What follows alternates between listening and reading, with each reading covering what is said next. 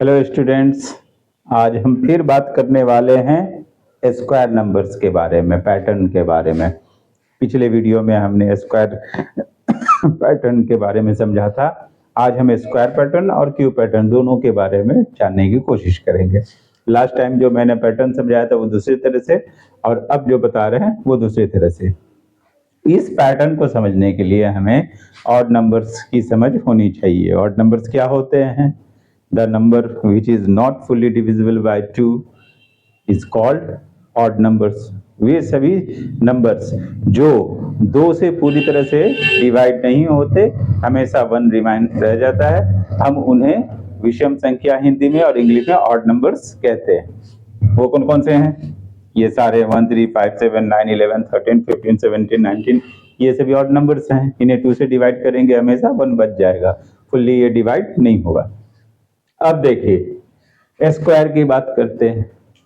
1 का स्क्वायर तो हम सिंपल पहला और 1 को रख लेंगे।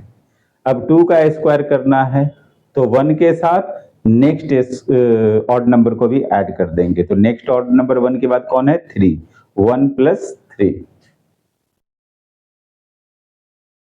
3 का निकालना है तो 3 ऑड नंबर्स को ऐड करेंगे। 1 + 3 + 5। इसी तरह से 5 का निकालना है तो 1 + 3 + 5 + 7। इसी तरह से 5 का निकालना है 1 + 3 + 5 + 7 + 9। 6 का करना है तो 9 के बाद 11 को भी ऐड कर लेंगे, और इस तरह से उनको ऐड करेंगे तो हमें उसका स्क्वायर नंबर मिलेगा। ये स्क्वायर का पैटर्न है।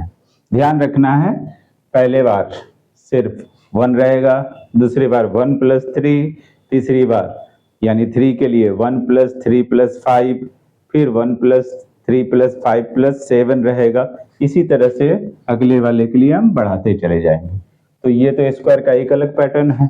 पिछले वीडियो में जो मैंने बताया वो दूसरी तरह का पैटर्न था। अब बात करते हैं क्यूब नंबर्स के पैटर्न के बारे में।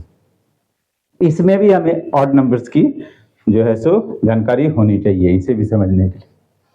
1 का क्यूब 1 ही रह गया। अब हमने 1 को छोड़ दिया। अब 2 का क्यूब का निकालना हो तो 1 छोड़ के, पहले हमने 1 अकेला को लिया था, अब 1 से 2 हो जाएगा, और 1 के अलावा जो अगला नेक्स्ट 2 ऑड नंबर्स हैं वो आएंगे। तो वो कौन कौन से हैं? 3 और 5। 3, 5, 8, 2 2 जा 4, 2 जा 8। फिर उसके बाद 3 का निकालना है तो हम 5 को छोड़कर उसके आगे के जो 3 ऑड नंबर्स हैं उन्हें आपस में ऐड करेंगे। तो 5 के बाद कौन आता है? 7, फिर 9, फिर 11। इन्हें ऐड कर रहे हैं, 27 आ रहा है। 3 3 जा 9, 3 जा 27। इसी तरह से 4 का करना हो तो हम इनके बाद 4 ऑड नंबर्स को ऐड करेंगे। 11 के बाद कौन है? 13, 15, 17, 19। इनको जब हम ऐड अप करते हैं तो वो होता है 64। 4 4 जा 16, 4 जा 64। उसके बाद 5 का करना है तो 19 के बाद 21, 23, 25, 27, 29। ये सभी हैं जो ऐड करने के बाद हमें देगा 125, जो कि 5 का क्यूब है। 5 5 जा 25, 25 5 जा 125। 6 का निकालना हो तो 29 के बाद 31 आता है। 31 से लेकर 6 ऑड नंबर्स को कंसेक्यूटिव ऐड कर देंगे तो वो हमें देगा 216, जो कि 6 का क्यूब है। 6 6 जा 36, 36 6 जा 216। तो ये हुआ क्यूब का पैटर्न।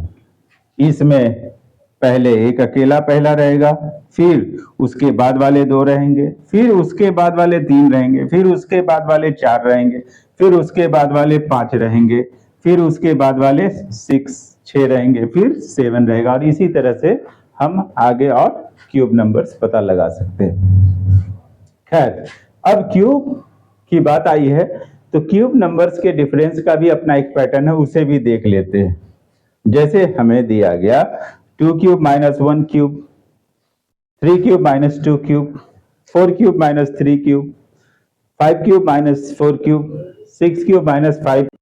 अब इन्हें अगर हम करना चाहें तो पैटर्न को समझ के दूसरे ढंग से भी कर सकते हैं। वो क्या है, 1 प्लस सब में आप लिख दें, 1 प्लस 1 प्लस 1 प्लस सब में रहेगा। उसके बाद 2 माइनस 1 है तो 2 इंटू 1 कर दीजिए, 3 माइनस 2 है तो 3 इंटू 2, 4 माइनस 3 4 इंटू 3, 5 माइनस 4 5 4 जा, 6 माइनस 5 6 5 जा।